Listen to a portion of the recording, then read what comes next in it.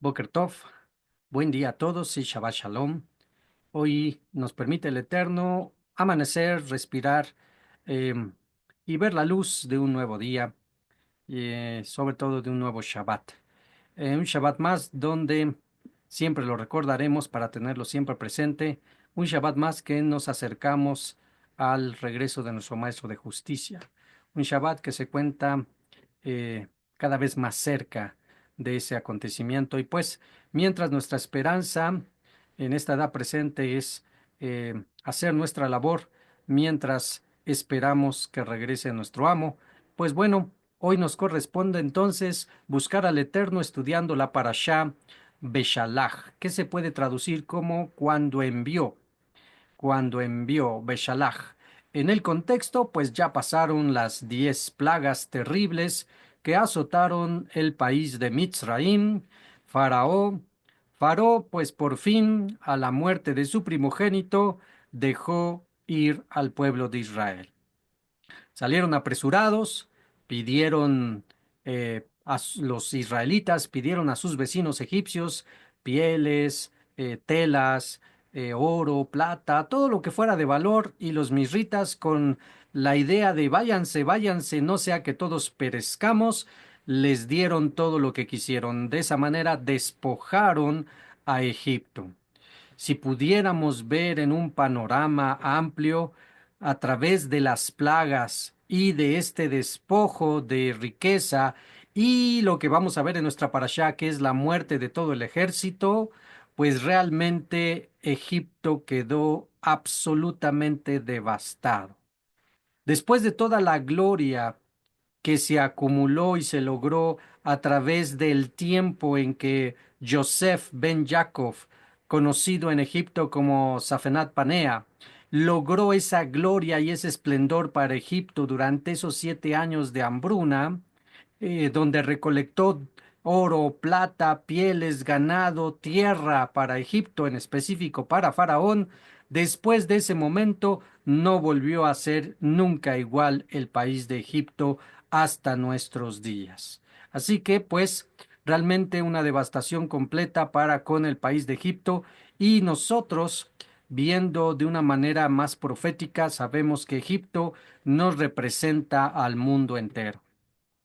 Y así como está escrito que sucederá en el postrero de los días, lo mismo que pasó en Egipto sucederá, pero ahora a nivel global, a nivel mundial. Así que pues vamos a esperar, estamos en esa esperanza de ver cómo el Eterno rescata de la esclavitud a los hijos de Israel. Tomen nota que cuando uno está contento y feliz, no clama por salvación. Y esa es una realidad. Cuando uno está contento y feliz en el lugar donde uno está, no clama por salvación. Entonces, aquí ya tenemos que tomar nota de si Mitraim nos está simbolizando el mundo entero, y mientras los hijos de Israel estaban tranquilos y contentos en los días de Joseph, pues nadie clamaba, todos felices y contentos en Egipto. No fue sino hasta que empezó la dura servidumbre, la matanza de hijos, la esclavitud severa, que comenzaron a clavar al Dios de sus padres. Ahorita, digamos que podríamos ser que estamos en el periodo que está en la línea de terminar la tranquilidad entre las naciones, y estamos en la línea donde va a comenzar, recuerden que todo es progresivo, no es de la noche a la mañana, la esclavitud entre las naciones. Una esclavitud tan severa, que en este caso cambia la palabra esclavitud por lo que los profetas mencionan, una persecución tan severa entre las naciones, que entonces ahora sí, los hijos de Israel que están entre todas las naciones en Egipto van a clamar por la salvación del Eterno. Así que realmente ahorita podemos decir, tal vez estamos en los últimos días de Joseph en la tierra, cuando estaba en Egipto, y se avecinan los tiempos difíciles, sumamente difíciles, donde realmente todo creyente del Dios de Israel va a clamar en el país donde esté a causa de la persecución tan grande que va a venir, porque estaban matando a sus hijos y estaban persiguiéndolos y nada más ahí toma nota de todo eso. Así que no hay nada nuevo debajo del cielo, el Eterno ya lo profetizó a través de estos eventos que son una micra, un ensayo para el fin de los días. Pero bueno, vamos a bendecir a nuestro Padre Celestial por permitirnos estudiar su Torah y en esta mañana agradecerle. Baruch atah Adonai Eloheinu melech haolam, asher kideshanu bemizvot betzivanu al dibre Torah. Amén. Bendito seas tú, Dios Rey del universo, que nos has santificado con tus mandamientos y nos ordenaste el estudio de tu Torah. Bendito seas, Padre Celestial, porque una mañana más de Shabbat nos podemos reunir y estudiar tu Torah. Padre, que estos eventos que están descritos y han sido preservados por miles de años, podamos entender la implicación para nuestros días, que no es solo una historia, que no es solo unos eventos que quedan plasmados en papel y tinta, sino que tienen principios que son válidos y efectivos y eficaces para nuestros días. Ayúdanos, Padre, a poder entender lo que pasó, ayúdanos, Padre, a poder ver los detalles para que podamos a su vez nosotros tener las acciones pertinentes, confiados siempre sin cometer, buscando no cometer los mismos errores que se cometieron en antaño, que podamos vivir de la manera correcta, de ser esa sección de pueblo que tú te agradaste de ellos porque siempre confiaron en ti. Padre, ayúdanos a tener esta revelación sabiendo que esta revelación y esto que podemos tener a nuestros días ciertamente son una gran ventaja para no claudicar y no mellar, no menguar nuestra fe, pero también son una responsabilidad porque otras generaciones no tuvieron estas revelaciones. Más bendito seas, Padre, porque ayudados contigo, apoyados contigo, siempre podremos seguir adelante. Y es nuestra esperanza.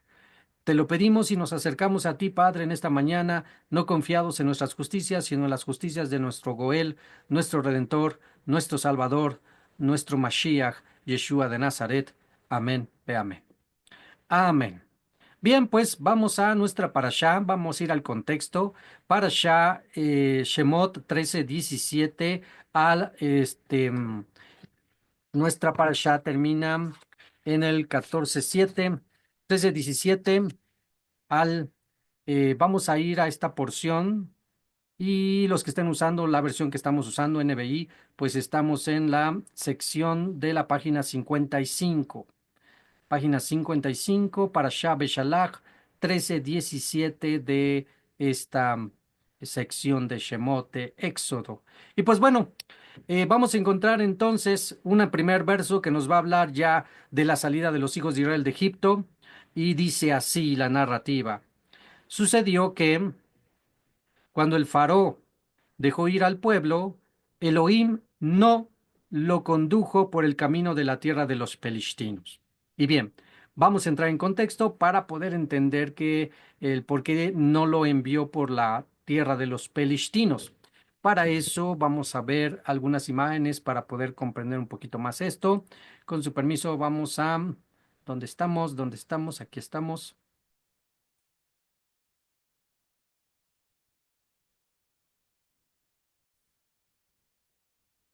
Vamos a ver estas imágenes.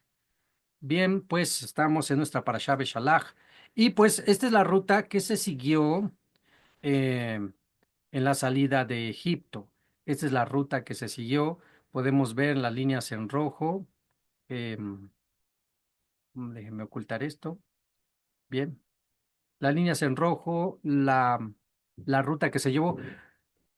Llegamos una vez más al punto donde tenemos que tratar de encontrar los puntos geográficos correctos. Ha habido durante la historia mucha confusión en cuanto a los puntos geográficos donde fue el llamado éxodo, la llamada salida de Egipto, la, la vía por la cual salieron los hijos de Israel de Egipto, y pues la escritura nos menciona algunos lugares específicos, pero como en otras ocasiones hemos hablado, han pasado los años, los años, los años, y muchos lugares han perdido sus nombres originales con los cuales eran conocidos en la antigüedad hace más de 3000 años. Entonces, pues imagínate, hace más de 3000 años, se llamaban de una manera, algunos permanecieron con los mismos nombres, otros perdieron sus nombres y fueron nombrados con con otros títulos. Entonces eso hace que a veces sea difícil encontrar los lugares geográficos que son mencionados en la escritura. Pero bueno, viendo algunos detalles de la narrativa, podemos encontrar el mejor y el más correcto lugar. Tenemos para la salida de Egipto dos posibles viajes, dos posibles ubicaciones de por dónde salió los hijos de Israel. A lo cual nosotros, en base a toda la narrativa, podemos escoger el mejor y el más correcto. En este caso, aquí estamos tomando la manera correcta de cómo salieron los hijos de Israel de Egipto. No se olviden de este mapa, este lo estamos viendo en tiempo, bueno, en foto real. Y recuerden el conejito, llamémoslo así, el conejito, por sus dos orejitas, ¿ok? Entonces, la mayoría de los biblistas mencionan que el cruce del Mar Rojo fue en la primera orejita del conejito, ¿sale? Entonces, llamémoslo así. Todo es el Mar Rojo, sí, pero son dos golfos diferentes. Entonces, nosotros tomamos la postura de que los hijos de Israel pasaron por arriba del primer golfo, se fueron por toda la península que es conocida actualmente como la península del Sinaí, pero que cruzaron el Mar Rojo, donde se abrió el mar para que el pueblo de Israel pasara en seco, fue en esta parte de aquí donde señala esta flecha en rojo. Y de aquí pasaron hacia lo que hoy conocemos Arabia, y ahí en Arabia se encuentra el verdadero monte Sinai, porque en esta parte de abajo vamos a encontrar también otro monte Sinaí. Entonces, en la geografía actualmente se tienen dos montes Sinaí. Uno en la llamada península del Sinaí, que es este, que estaría aquí, y otro monte Sinaí, que estaría en Arabia. En base a la narrativa, podemos escoger el mejor lugar y en este caso el más correcto monte Sinaí sería el que está en Arabia. Y ahorita vamos a explicar por qué. Pero bueno, sigamos. Entonces, los hijos de Israel no fueron directamente por el camino hacia los pelestinos. Esto es irse por la parte de arriba. La ruta más cercana a la tierra de Canaán desde Egipto sería la parte de aquí arriba. Hubiera sido la más corta, era la más conocida, era la más usada, pero sí o sí te hubieras tenido que encontrar con el territorio palestino. Así que dice nuestro verso inicial, sucedió que cuando el faraón dejó ir al pueblo, Elohim no lo condujo por el camino de la tierra de los filistinos, que sería la ruta más corta o la ruta más directa, aunque era más cerca, porque Elohim dijo, el pueblo podría cambiar de parecer cuando vea guerra y regresar a Mitzrayim. ¿Ok? Entonces, dijo el Eterno, no los voy a llevar por la parte de arriba porque los pelishtinos van a salir a hacerles la guerra y como son muy fieros los pelishtinos, pues, y tenemos a una multitud, ciertamente, una multitud de israelitas, pero no están adiestrados para la guerra, no llevan armamento para la guerra. Si llevan por lo mucho azadones, algunas de lo que se usaba en la agricultura para jalar la paja, si llevan algunos palos es mucho. Este pueblo no salió de la guerra, este pueblo no se quedó con las armas de los egipcios, este pueblo salió de ser esclavo.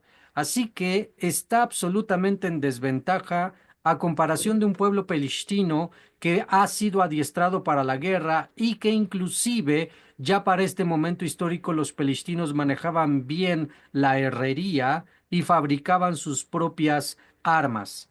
Esto es muy conocido porque aún en, aún en los tiempos de David Amele, tiempos de Saúl, los hijos de Israel tenían que comprar armas a los palestinos, puesto que no había ni la cultura, ni el oficio de herrero en los hijos de Israel.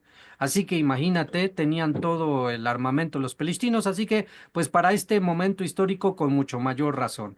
Así que para decir no, no se nos vayan a amedrentar, no lo vamos a pasar por ahí, por la región de los filistinos. Bien, vamos rápidamente a algunas imágenes de el cruce del Mar Rojo. Pues ya hoy en día, antes esto eran pues tal vez pinturas, antes eran pinturas o algo que alguien había podido dibujar.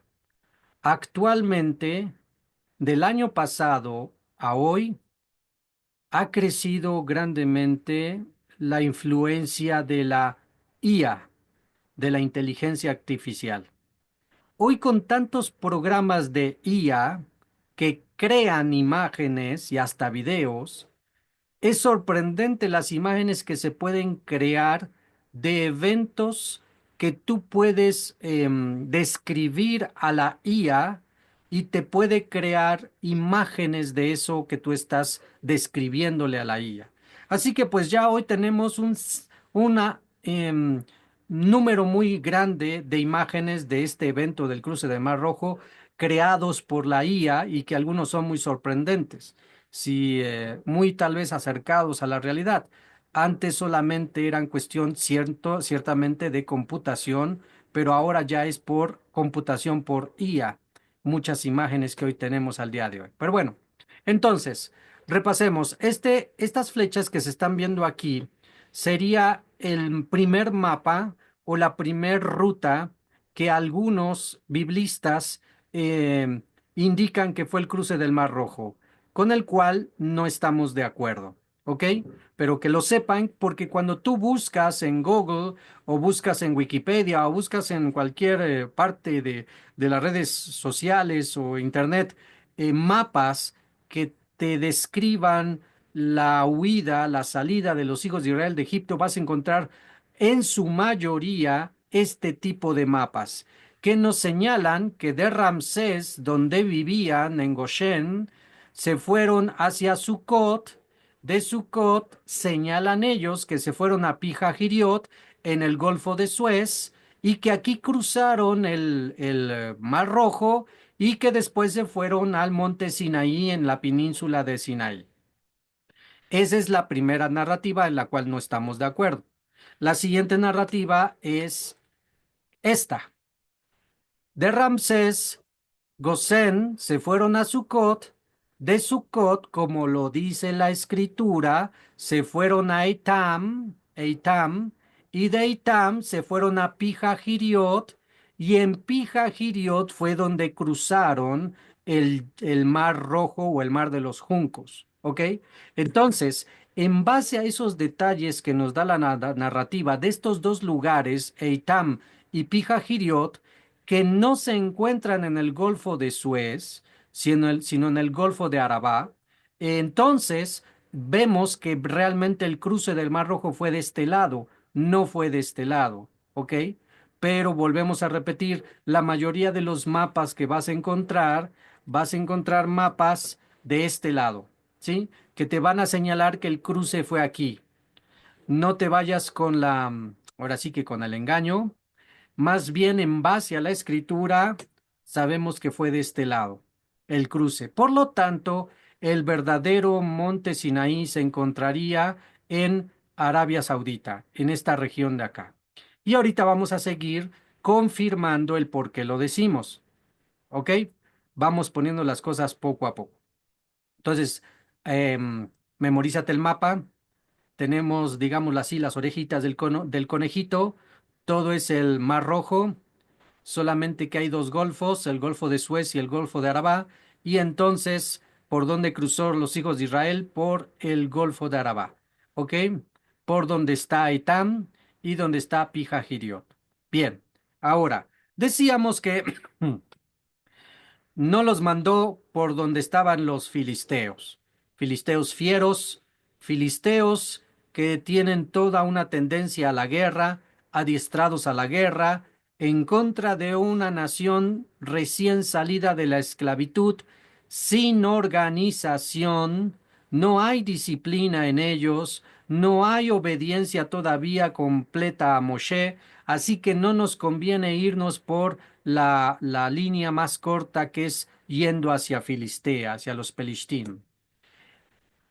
Recuerden que los Pelishtim adoraban, tenían tres dioses principales los Pelishtim. Uno era Dagón, que era conocido como el dios de la fertilidad, y era adorado en imágenes con formas de pez, hombres pez o simplemente un pez, ¿ok? Así como los peces se multiplican grandemente en el mar, así tenían a este dios como el dios de la fertilidad. Eh, Hemos visto en algunas otras ocasiones cómo esta mitología y esta adoración a este dios falso y pagano ha trascendido a tiempos donde Babilonia, la gran ramera, la Iglesia Católica Apostólica Romana, no es otra cosa más que la continuidad de esta aberración idolátrica de Dagón. De ahí sacaron el gorrito, no sé cómo se llame, mitra, gorrito del Papa. Si alguien se pregunta por qué necesariamente tiene que tener esta figura, el gorrito del Papa, pues ya sabes la razón. Recuerden que la Iglesia Católica no es otra cosa más que la conjunción de muchas creencias y dioses falsos. Recuerden que detrás de los dioses falsos y de la idolatría, ¿quién está? Está Satanás, están los demonios. Así que en esencia, detrás de Dagón está demonios. Hay un demonio muy grande, un principado muy grande, ¿ok?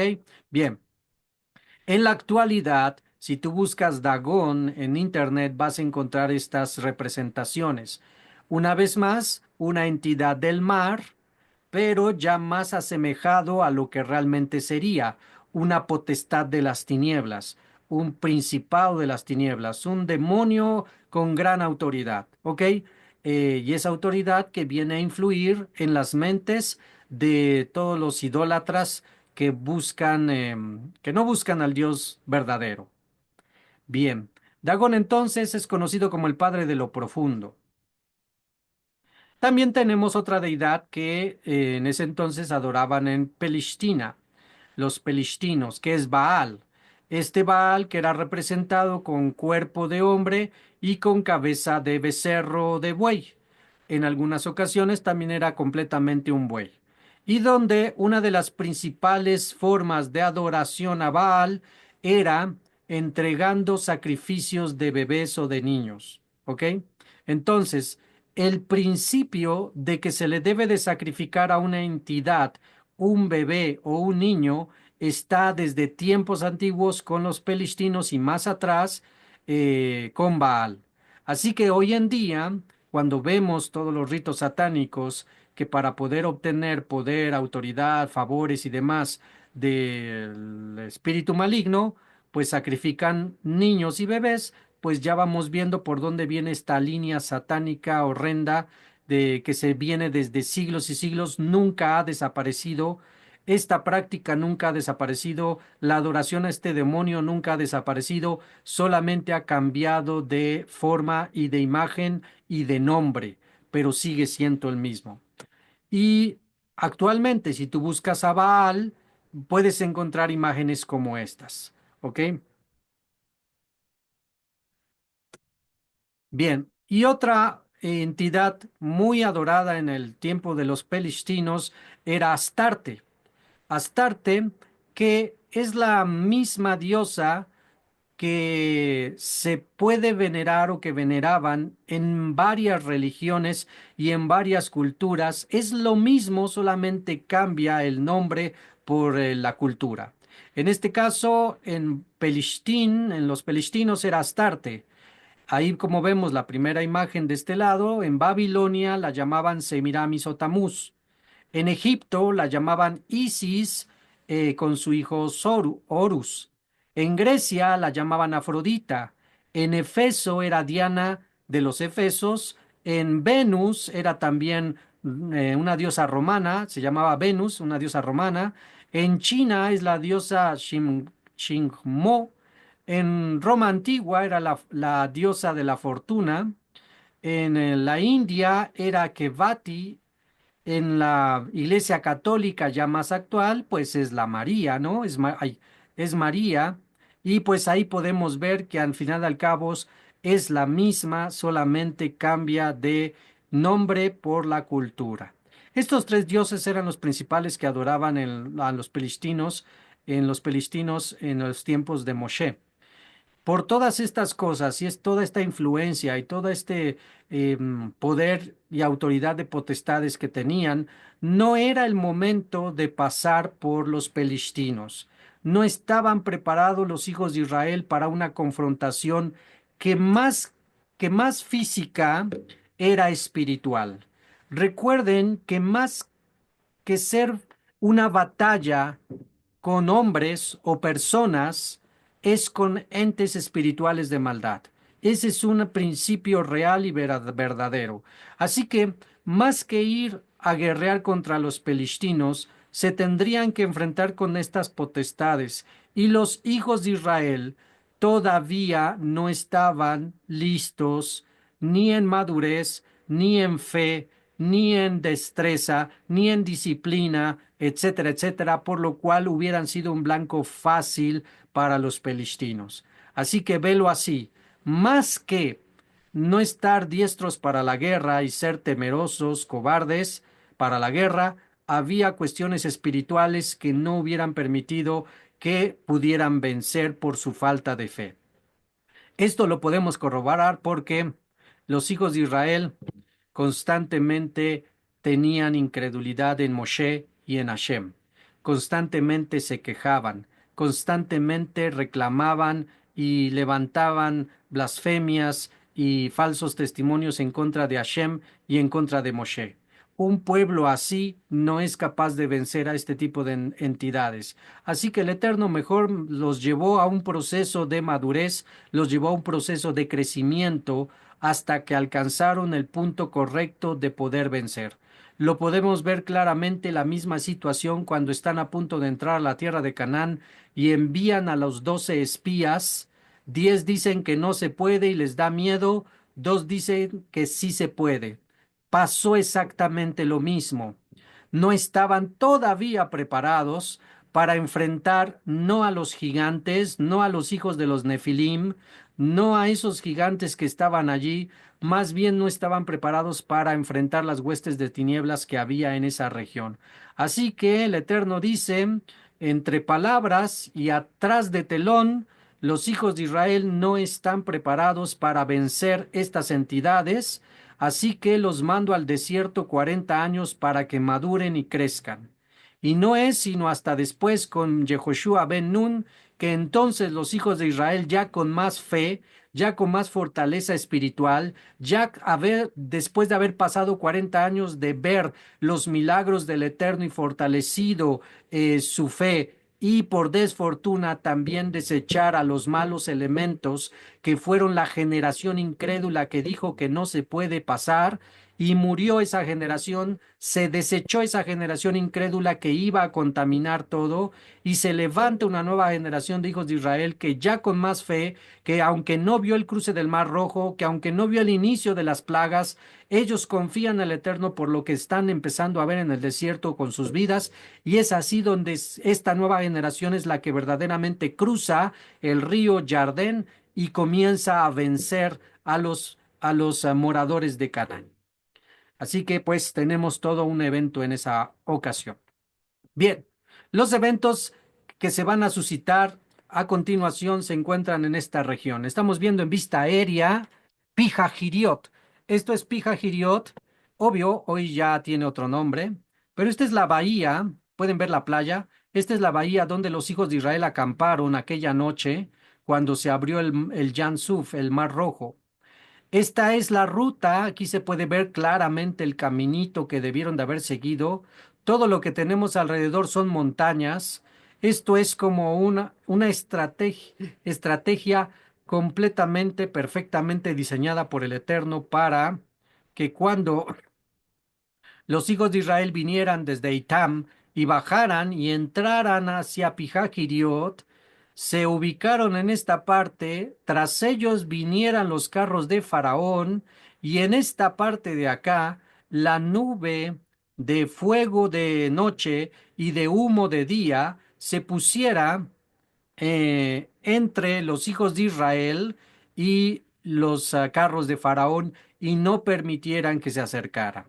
Si lo piensas así, una columna de nube, pues ciertamente no sabemos de qué tamaño, no sabemos qué ancho, pero hablando que los egipcios trajeron todo su ejército, pues bien pudieron haber rodeado los egipcios esa nube y haber entrado por algún lado en contra de los hijos de Israel. ¿Cómo podemos concebir que esa nube no permitió que se acercaran toda esa noche a los hijos de Israel, los egipcios, solamente a través de esta situación geográfica? Se hizo un embudo aquí y aquí perfectamente la nube se puso y nadie pudo moverse porque estaban las montañas a los lados y tuvieron que esperar que la nube se fuera para que pudieran avanzar. Entonces, esta geografía es única de este lugar.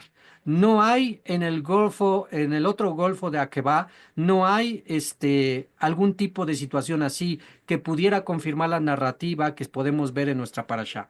Así que, pues bueno, aquí estamos, arriba está Itam, de Itam bajaron, tomaron la ruta y se acamparon en Pijahiriot. Ok, aquí tenemos otra vista de Pijahiriot. Perdón por las imágenes un poco borrosas. Aquí tenemos ya en un mapa más real la ruta que llevaron. De aquí pasaron por esta pequeña angosta camino y al fondo vemos la playa y el mar. Y otra vista, aquí vemos en morado la ruta que se debió de haber llevado. Llegaron aquí arriba a Itam, después bajaron, entraron hacia Pijahiriot, los hijos de Israel. Y en esta parte se debió de haber abierto el mar Rojo. Ok, otra vista. Podemos ver aquí una vez más la entrada. Ahí podemos ver una representación de probablemente dónde se ubicó la columna que detuvo aquella noche al ejército mitzri.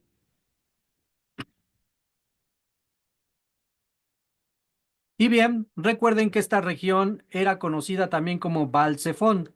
Baal-Zephón, que Baal significa señor. Baal en esencia significa señor, amo o esposo. Es más usado como señor. Zephón puede tener dos traducciones. Uno como simplemente Señor del Norte, o también es conocido como el Señor de la Destrucción. Hay dos traducciones o dos, sí, dos traducciones que se pueden encontrar para Baal Zephón. Uno es Señor del Norte y otro es el Señor de la Destrucción. Al final del cabo, este vino a ser uno de los últimos dioses que fue vencido de los egipcios. Toda la región estaba influenciada por los egipcios y tenían sus dioses. Y esta región era conocido por el mar y Balsefón. Así que los egipcios muy probablemente pensaron, estos israelitas son muy, perdón la expresión, son muy torpes porque se han puesto en contra de sus espaldas el mar y no hay salida en Pijahiriot. Así que el dios Baal Zephón nos va a ayudar a aniquilar la torpeza que tomaron los hijos de Israel al meterse en este lugar que no tiene salida. Entonces, al salir la salvación tan grande del Eterno y abrir el mar, pues los egipcios vienen a entender que ese Dios que estaba en esa región tampoco pudo contra el Dios de Israel y también fue vencido porque se le fueron de las manos de una manera absolutamente sobrenatural los hijos de Israel. Y peor aún cuando murieron ahogados en ese lugar donde supuestamente su dios Balsefón los estaba ayudando. Así que, si lo podemos ver así también, la ruta que el Eterno le dio a Moshe no fue una casualidad, fue todo un plan absolutamente diseñado para destruir muchas cosas y para vencer muchas cosas, y en este caso, aparte del ejército, la última deidad egipcia. Y pues bueno, esta gráfica nos muestra cómo ya hoy en día con la tecnología se puede hacer un muestreo de los lugares geográficos abajo del mar y se encontró que en esta playa de Pijajiriot es el único lugar donde se encuentra este corredor que se puede notar abajo del agua. La flecha en rojo nos está mostrando un como corredor que solo existe en esta parte de Pijajiriot, porque a los lados son como abismos, ¿sí? Una vez más confirmando la perfecta plan del Eterno, que sabía que solo en este lugar hubieran podido pasar los hijos de Israel en seco. Más a la derecha, más a la izquierda no hubieran podido pasar por los abismos que hay a los lados. Bien, entonces hay muchas representaciones de este evento, películas se han hecho y hoy en día, como volvemos a mencionar, la IA pues hace todas unas imágenes sorprendentes de todo esto, ¿no? Aquí podemos ver cómo Moshe levanta su vara, se abre el mar, nosotros ya estaríamos en la visión de adentro del mar, los hijos de Israel comenzarían a caminar hacia cruzar el mar. Al fondo podemos ver la columna de fuego que impedía que los egipcios se juntaran y entonces vino el cruce. Sobrenatural que el mar se abriera.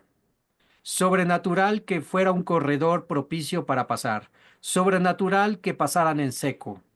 Todos nosotros sabemos lo que pasa cuando se moja la tierra, cómo queda la tierra. Todos sabemos cuando un grupo de personas pasa por tierra mojada, cómo se hace la tierra mojada. Se hace lodo, se hace fango. En este caso, la escritura dice claramente que pasaron en seco. ¿Ok? Entonces, pasaron en seco y otro milagro ocurrió allí. Bien, comienzan a pasar los hijos de Israel con todo lo que traían, ovejas, ganado, sus mulas, sus camellos, sus pieles, las telas, las carpas, todo lo que llevaban para poder acampar. Eso también es muy interesante porque justamente parte de todas esas pieles y telas que los egipcios les dieron, les sirvieron para fabricar sus casas para acampar, sus tiendas, porque recuerde que ellos ya vivían en lugares ya establecidos en Goshen. No vivían en carpas, no vivían en tiendas, ya vivían en casitas, como lo vimos en varias películas. Así que imagínense todo lo que el Eterno proveyó para que se pudiera propiciar la vida en el desierto con los hijos de Israel. Y pues bueno, seguimos viendo diferentes imágenes de cómo comenzaron a cruzar. Pues yo creo que también aquí, si nos pusiéramos en las sandalias de cada uno de estos israelitas, ¿acaso tú no pensarías al empezar a caminar en medio y no se me va a venir encima el agua? En cualquier momento se me puede venir encima el agua. Entonces muchos, es casi seguro que hubo muchos que dudaron, que dijeron, no, y si pasamos, y si regresan las aguas a su lugar, y esto que lo otro. Bueno, siempre vamos a encontrar gente incrédula. Siempre vamos a encontrar gente temerosa. Siempre vamos a encontrar gente que va a tratar de influir para amar al pueblo, aparte del pueblo. Siempre va a haber. Entonces, no dejémonos de influenciar por ese tipo de personas cobardes, de ese tipo de personas pusilánimes, de ese tipo de personas con falta de fe, porque recuerda que la salvación es personal. Bien, amaneció. Toda la noche estuvo soplando un viento oriental que separó las aguas. Toda esa madrugada, pues obvio, no durmieron, se la pasaron cruzando el Mar Rojo y al amanecer, al rayar el alba, se quitó la columna de nube que en esencia era un ángel, ¿ok? Y cuando vio esto, Faraón dijo, ahora es cuando vamos a por ellos. Y pues dio la orden y vámonos por ellos. En esta imagen podemos ver cómo al fondo estaban los hijos de Israel. Ahí probablemente los egipcios dijeron, ya los tenemos, son nuestros. Y no sé, segundos más tarde se puso la columna para impedir que se acercaran.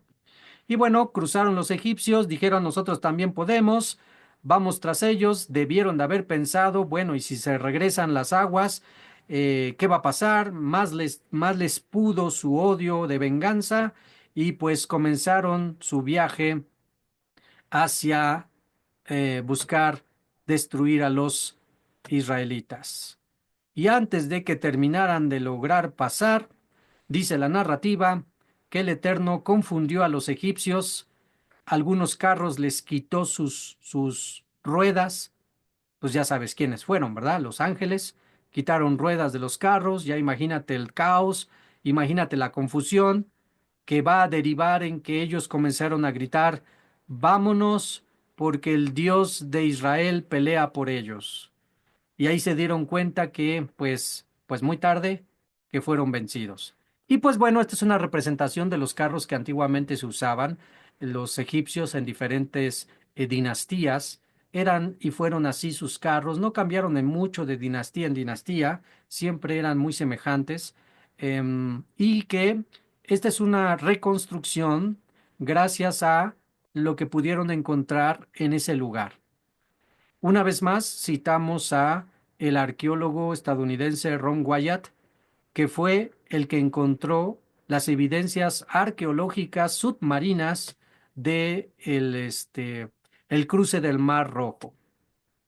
Y pues, aparte, esta es una escena así como para darnos cuenta cómo quedaron. No, no necesariamente estos son los huesos de aquellos, porque se debieron de haber ya deshecho en el mar los huesos. No así los objetos de metal. De este lugar, de Pijajiriot, donde lo encontramos actualmente, el lugar correcto del cruce, se extrajeron muchas espadas del tiempo de la dinastía del cruce del Mar Rojo de los egipcios. Y esta es una representación de lo que encontraron. Lo limpiaron porque todos los objetos de metal tienden a ser muy codiciados por los corales. Entonces, por aquí cae algo de metal al agua y por un poco, no pasa mucho tiempo y comienzan los corales a hacer su casita allí. Se comienzan los percebes y demás a pegar a estos metales. Bueno, es así como se logró de limpiar esta espada egipcia y pues es así como quedó. No quedó perfecta, pero bueno, por lo menos estamos hablando de más de 2000 años de esta situación. Así eran sus espadas de antes. Bien, aquí tenemos otra espada de la época de bronce de Ramsés II, la época que probablemente fue la época del Éxodo. Y pues bueno. Y aquí tenemos en el fondo del mar una estructura que pues, como ya dijimos, los corales hicieron su trabajo después de tanto tiempo y cubrieron los vestigios de las ruedas de los carros de Faraón. Ya después de darles la limpieza, encontraron que pues es toda una estructura de carros. ¿Cómo llegaron ahí tantos y tantos en el fondo del mar? Nadie lo puede explicar más que los creyentes cuando leen la narrativa del Éxodo. Aquí ya tenemos otra representación de los ejes de los carros dentro del mar y pero ya invadidos de los corales. Esta es otra representación. Las imágenes más claras son es como una imagen computarizada de lo que hay al fondo, porque ahí todo se debe de entender que estaba lleno de coral, pero ahí con una imagen computarizada se ve lo que había al fondo. Este sí ya es más real. Como está totalmente lleno de coral. Este es otra representación de otro lugar, porque así no estaría, obvio, pero aquí sí ya encontramos ruedas de ese momento histórico.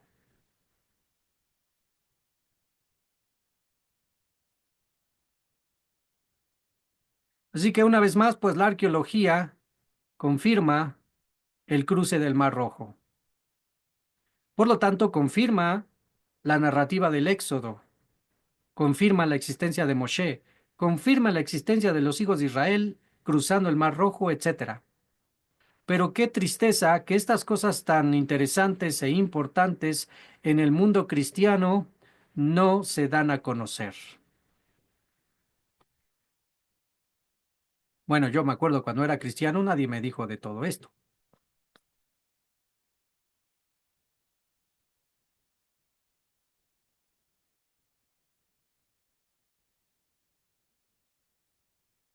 Bien, entonces aquí ya tenemos, después de que reconstruyeron las piezas que había en el fondo del mar para poder ver cómo eran los carros de antes. Obvio, esta es una restauración en base a las dimensiones de lo que encontraron en el mar. No se te ocurra pensar que esto era una totalmente restauración, que este es uno de los carros. No, esto ya es una restauración. Por el color, probablemente debió de haber sido de un alto rango, sino probablemente el carro de Faraón, por el color que era hecho de oro. Y pues aquí solamente cabían dos personas, una que era la que dirigía el caballo o los caballos y el otro que iba a un lado.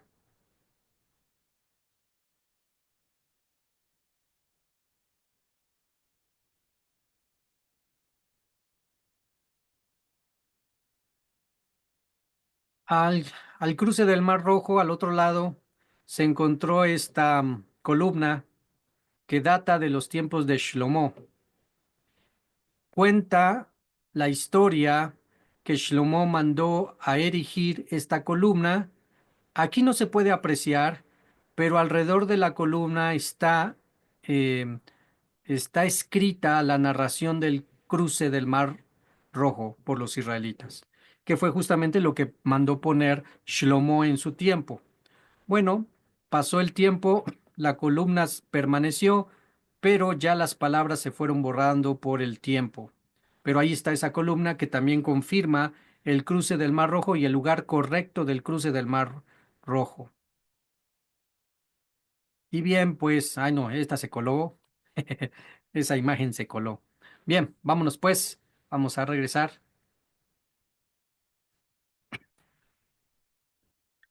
Y vamos a nuestra narrativa. Ya con estas imágenes podemos imaginarnos un poquito mejor lo que ocurrió. Bueno, antes de irnos a la narrativa una vez más, vamos a ver más cosas. Permítame tantito. Ahora vamos a vernos, vamos al lugar, dos cosas interesantes. Número uno, recuerden que Moshe cuando huyó de Egipto se fue a Madián o Midian. ¿Sí? Aquí lo tenemos en rojo. Aquí tenemos Madián o Midian.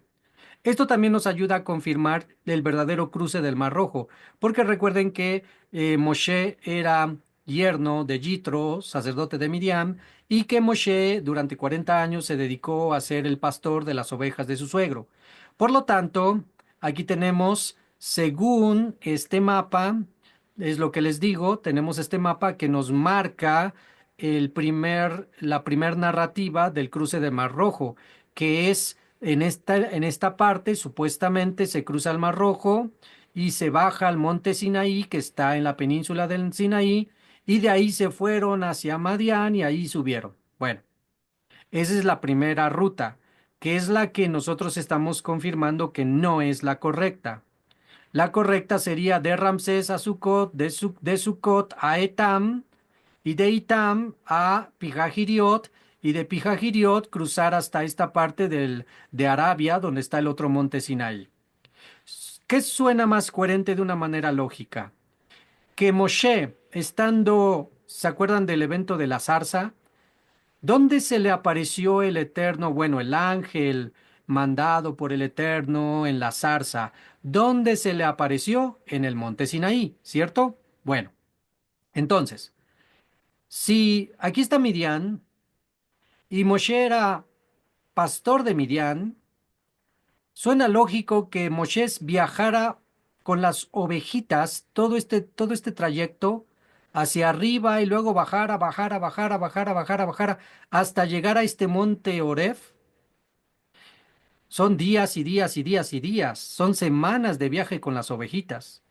¿O suena más correcto, coherente, que de Midian simplemente bajara hacia donde estaba el otro o donde está el otro monte Sinai?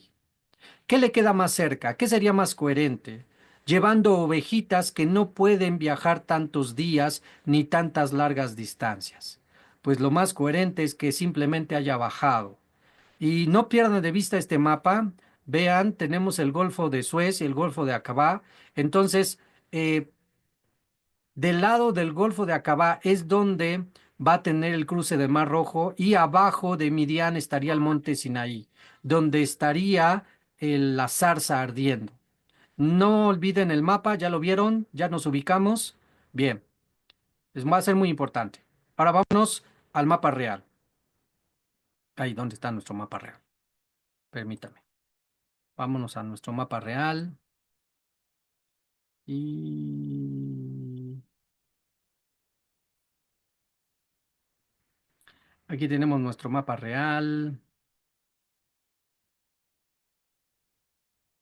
Y vámonos a Google Earth. Cuando tú pones en Google Earth eh, Monte Sinaí, en la mayoría de las ocasiones te va a aparecer el que está en la península del Sinaí. E inclusive, como puedes ver, aquí dice el título Monte Moisés. Monte Moisés en una referencia al Monte Sinaí, donde supuestamente la zarza y los 10 mandamientos. ¿Ok? Este es el primer punto que es el que estamos ¿cómo diremos? Descartando que no fue el monte correcto. Lo hemos visto en otras ocasiones. En este monte ya hay ya hay monasterios. Ya la Iglesia Católica ya hizo sus cositas y aquí ya tenemos un monasterio. Justamente por todo el evento del monte Sinaí, pues ya hicieron su idolatría en este monte Sinaí y aquí tenemos un monasterio. ¿Ok? Entonces, este es el que la mayoría conoce como el monte de Sinaí, 10 mandamientos, zarza ardiente, pero no, bueno, ya estamos conociendo que no es este lugar. La mayoría de las búsquedas te vinculan a este lugar. Y ya cuando lo buscas más exhaustivamente, ya puedes encontrar a la derecha el otro monte Sinaí que muy hábilmente lo han querido ocultar simplemente poniendo MT Sinaí. Miren qué interesante. Aquí para que alguien que no conoce esto busca Monte Sinaí, si le llega a aparecer los dos, aquí dice Monte de Moisés, ¿a dónde se va a ir? Si está buscando el Monte Sinaí de Moisés, pues se va a ir a este lado. Pero ya cuando vemos la narrativa, realmente el verdadero Monte Sinaí de la zarza ardiendo y de los 10 mandamientos fue este que está aquí, el Monte Sinaí que está en Arabia. Y como lo dijimos en el mapa anterior, recuerden que Midian es toda esta zona que está acá. Entonces, ¿qué es más fácil para Moshe? ¿Bajar con las ovejas buscando pastos hacia abajo o cruzar todo esto, todo esto, todo esto, todo esto, todo esto hasta llegar hasta acá con las ovejas? Entonces, esa es otra manera en cómo podemos darle peso a esta correcta ubicación. La siguiente es que el único lugar geográfico que habla de Pija-Giriot no se encuentra en este lado. No hay ningún lugar en este lado que se llame Eitam ni Pija-Giriot. No hay ningún lado en este lado. No hay ninguna parte en este lado. Ya cuando lo buscas bien, lo encuentras de este lado. Encuentras Eitam como Eliat, ya cambió un poco de nombre, y ya encuentras la bahía donde era Pijajiriot, que es esta que está aquí. Obvio, ya cambió de nombre, ya es Neweiba, pero cuando ya lo buscas en la historia, pues ya conoces que era Pijajiriot aquí, la bahía. Y aquí estaría entonces el verdadero cruce y concuerda con toda la narrativa de la descripción de la bajada, del cruce y del monte Sinaí que se encontraría en esta parte de acá. Pueden ver cómo de, voy a hacerlo acá, de Pijajiriot cruzaron y se fueron hacia el monte Sinaí. No tardaron muchos días para ir al monte Sinaí. Fueron 3 días más o menos, un poquito menos. ¿Ok? Y de aquí, pues ya subieron hacia la tierra prometida. Ok, bien. Entonces, aquí está la bahía. Em, Vamos a ver si podemos bajar. No nos dejan bajar. Aquí ya nos dejaron bajar. Aquí ya bajamos. Y bueno, aquí ya hay toda una civilización, ya está todo, muchas cosas construidas. Aquí tenemos las montañas, ¿qué es lo que decimos? Todo estaba rodeado de montañas, no podían dar vuelta los carros de Faraón, a fuerzas tenían que pasar por aquí. Entonces, del otro lado está el mar, ahí al fondo está el mar. Y en toda esta parte, en alguna parte de aquí, acampó tu padre, acampó tu mamá, acamparon nuestros ancestros. Por aquí andabas tú también. ¿Cómo? ¿Cuándo? Ah, pues acuérdate que en los lomos de ellos estábamos todos nosotros. Qué fuerte, qué fuerte. Así que si los mataban a ellos, pues nosotros tampoco hubiéramos existido. Bueno, reflexiones, reflexiones. Bueno, vamos a regresar. En este lado sí podemos bajar. Aquí está toda la playa.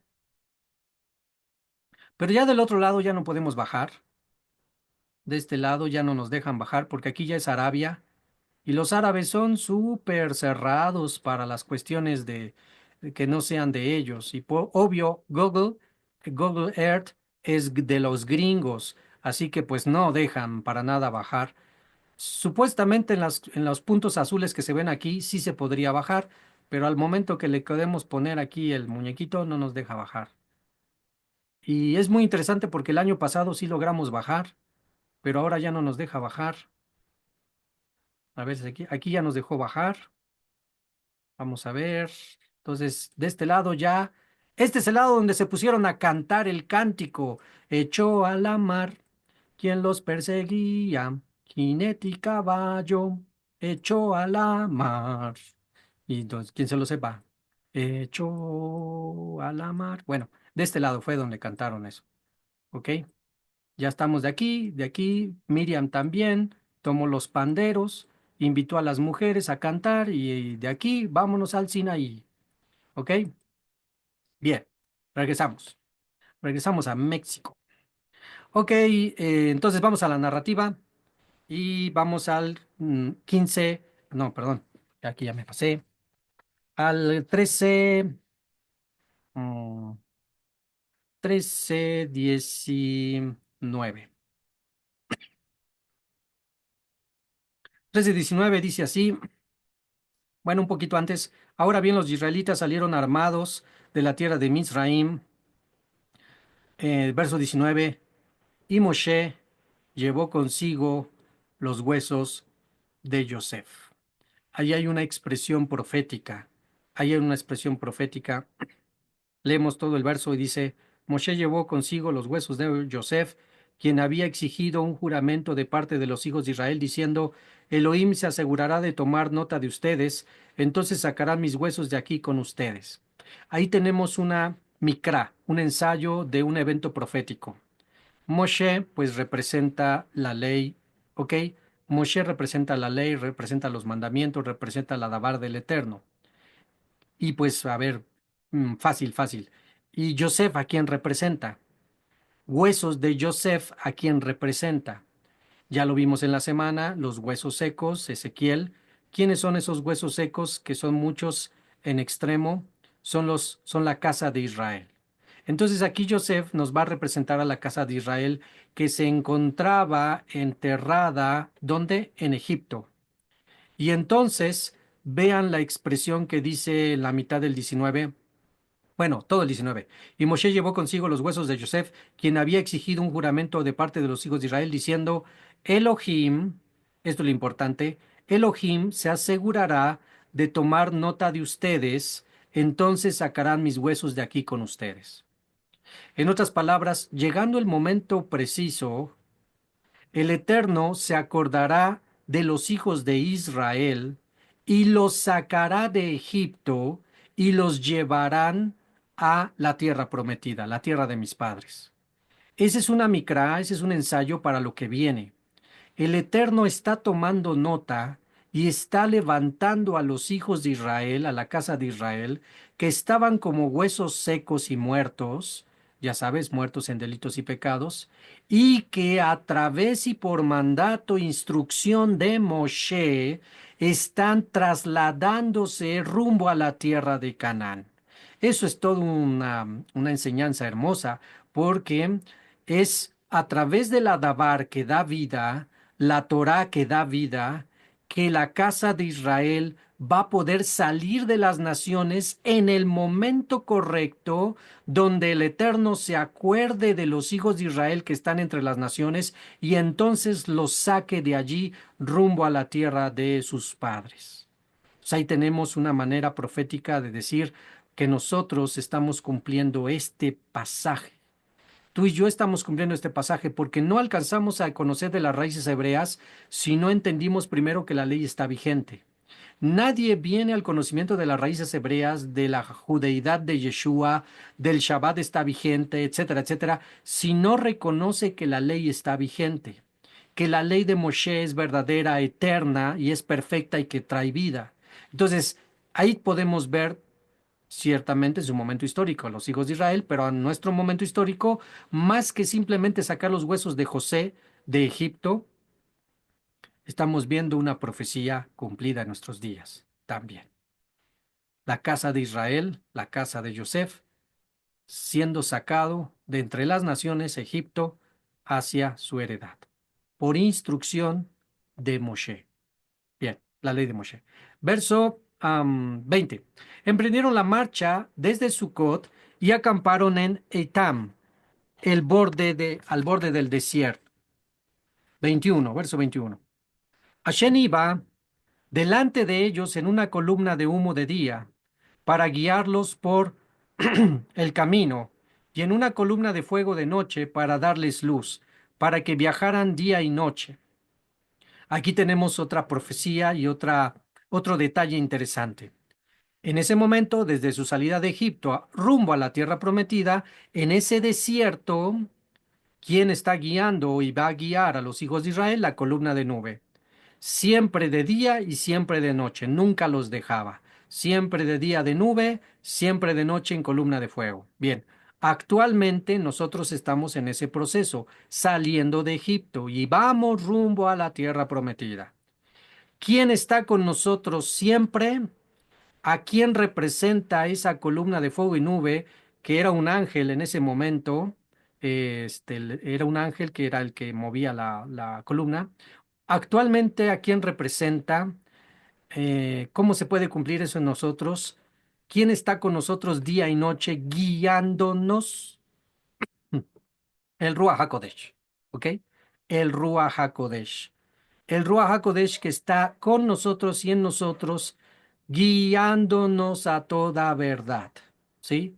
Es el Espíritu del Eterno quien nos guía a toda verdad, quien nos lleva a los caminos de verdad y nos da luz durante la noche y nos da certidumbre durante el día, ¿ok? En otras palabras, así como los hijos de Israel no los dejó el Eterno, ahí vénganse, los espero allá en la Canaán. No dijo eso, sino que él mismo mandó a alguien para que nos estuviera siempre con nosotros, bueno, para con los hijos de Israel. Lo mismo hoy en día, no nos dejó solos, no lo dijo el maestro, no los dejaré huérfanos, dijo el maestro, sino que os enviaré al Paracleto, al Consolador.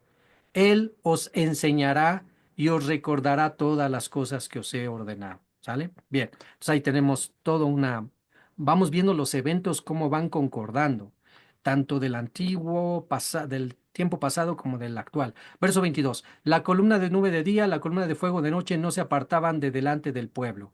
14:1. Entonces Hashem le dijo a Moshe, diles a los israelitas que vuelvan y acampen frente a Pijahiriot. Pijahiriot se traduce como boca de cañón. Pijahiriot se traduce como boca de cañón. Entre Migdol y el mar frente a Balsefón. Ya explicamos lo de Balsefón. Acamparán de frente a él, junto al mar. El faro dirá a los israelitas, están extraviados en el país, algo así como lo que dije, están bien X, ¿cómo es que solitos se hicieron esto? Bueno, están extraviados en el país, el desierto se ha cerrado sobre ellos. Entonces endureceré el corazón de Faraón y él los perseguirá para yo cubrirme de gloria por medio de Faraón y de todo su ejército, y los misritas sabrán que yo soy Hashem. Así que salen los hijos de Israel, Sucot, Eitam, bajan a Pijahiriot, acampan en Pijahiriot, la bahía que vimos, se quedaron allí varios días, Llega el chisme, perdón, la noticia a Faraón. Hoy los israelitas están acampando en Pijajiriot. Faraón conocía la geografía. Ah, con que están acampando ahí. No hay otra manera de salir más que rumbo a Itam.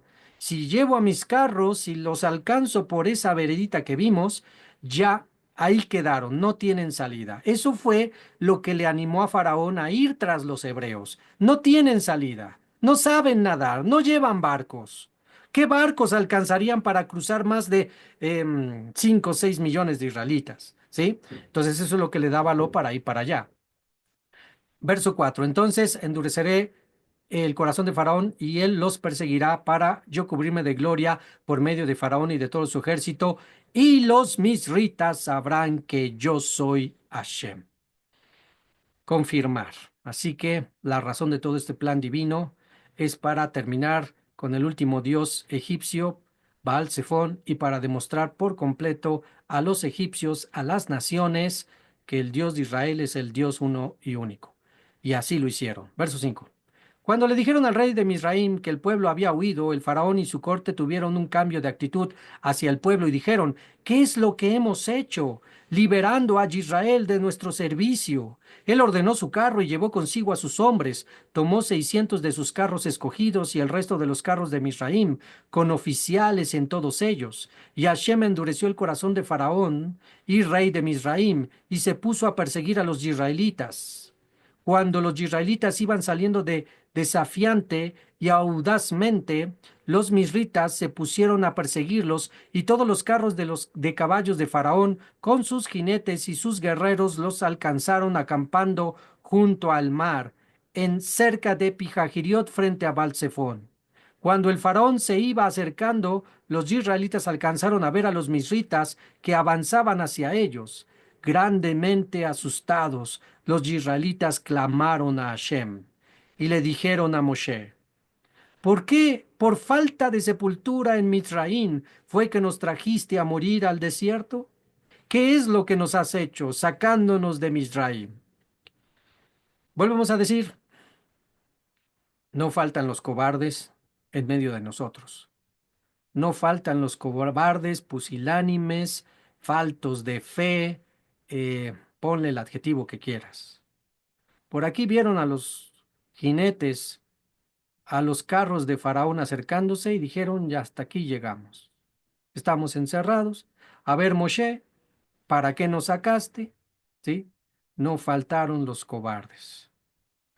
Después de haber visto tantas maravillas en las plagas, ¿cómo es que no confiaron que el Eterno no los había traído hasta ahí para dejarlos morir ahí? ¿Cuántas veces nosotros hemos vivido cosas adversas en nuestra vida actualmente que tal vez nos querían hacer doblegar nuestra fe y hacer pensar: por demás está confiar en el Eterno, por demás he confiado en el Eterno, por demás he servido al Eterno, por demás me he abstenido de comida por el Eterno, por demás me he abstenido de hacer mi placer en este tiempo, porque mira cómo me va, porque mira lo que me está pasando. Y no falta la persona que está cerca de ti, el esposo, la esposa, el amigo, el vecino, el hijo, el padre, que te pone la pila como la esposa de Job. Maldice a Dios y muérete. Y es ahí donde tienes que confiar esta verdad eterna. El Eterno no te ha traído hasta aquí para dejarte simplemente morir, para dejarte o abandonarte. El que inició la buena obra en ti, el que te tomó de entre las naciones como huesos muertos y secos, y te ha dado vida y te ha transformado y te ha traído hasta aquí, no va a dejar que perezca simplemente por cositas que a nosotros como hombres nos hunden y nos destruyen. Es como el padre que está viendo al hijo que, no sé, en un evento con su juguete, con su bicicleta, se cayó, se lastimó y está viendo al hijo: ay, pobrecito, el hijo se está quejando, me voy a morir, auxilio, auxilio. Y el padre de lejos viéndolo, nada más viendo cómo se queja por un rasponcito que se dio, diciendo, no te vas a morir, ya párate, no exageres. No sé, algo así yo me imagino, cuando el Eterno nos ve en nuestras aflicciones, diciéndonos, ay, hijo mío, te he salvado de cosas peores y tú te me estás quejando, te me estás doblando por esto. Bueno, el que inició la buena obra en nosotros, la va a terminar. No lo dudes. Obvio, siendo verdaderos, honestos y sensatos, que hablando del fin de los días que nos están tocando vivir, también seamos verdaderos en decir, no como la cristiandad de, no, no, no, no te preocupes con la tribulación, viene Cristo y nos lleva, así que tú tranquilo. No, no, no. La verdad es, si el Eterno quiere que mueras en la tribulación, vas a morir. Y eso es una verdad. Si el Eterno quiere que mueras en la tribulación, vas a morir. Pero aún así, la verdadera conducta, fe, actitud de un verdadero creyente en el Dios de Israel y su Mesías es, Hashem me puede librar de la tribulación, mas si así no lo hiciere, bendito sea su nombre. Pero no todos alcanzan ese nivel. No todos alcanzan el nivel como de Shaul de Tarso de, para mí, el vivir es Mashiach y el morir es ganancia. No todos alcanzan ese nivel. Alcanza ese nivel. Alcánzalo lo más pronto posible si es que no lo has alcanzado, porque se vienen tiempos difíciles donde tu fe va a ser probada y como ya dijimos, mientras estemos tranquilos, contentos y felices en la diáspora, no clamamos, solo clamamos hasta que viene lo difícil y entonces el Eterno escucha. No esperemos a llegar ese momento para tener esa certeza, esa firmeza en nuestra fe. Tengámosla ya ahorita y practiquémosla, porque en verdad también está escrito que muchos caerán, muchos tropezarán, muchos se volverán, y yo no quisiera que ninguna de las ovejas de Shibilin Atikim fuera de esas. Pero eso ya no es, va a ser ni cosa mía, ni de cosa del Eterno, ni de Mashiach. Eso ya es personal, porque la salvación es personal, la fe es personal. Nuestro trabajo es como maestros de tratar de buscar que sea implantado en tu corazón la firmeza y la fe suficiente para que alcances la Yeshuat que tanto has deseado, pero porque viviste una vida confiada en el Eterno en obediencia hasta el fin de tus días.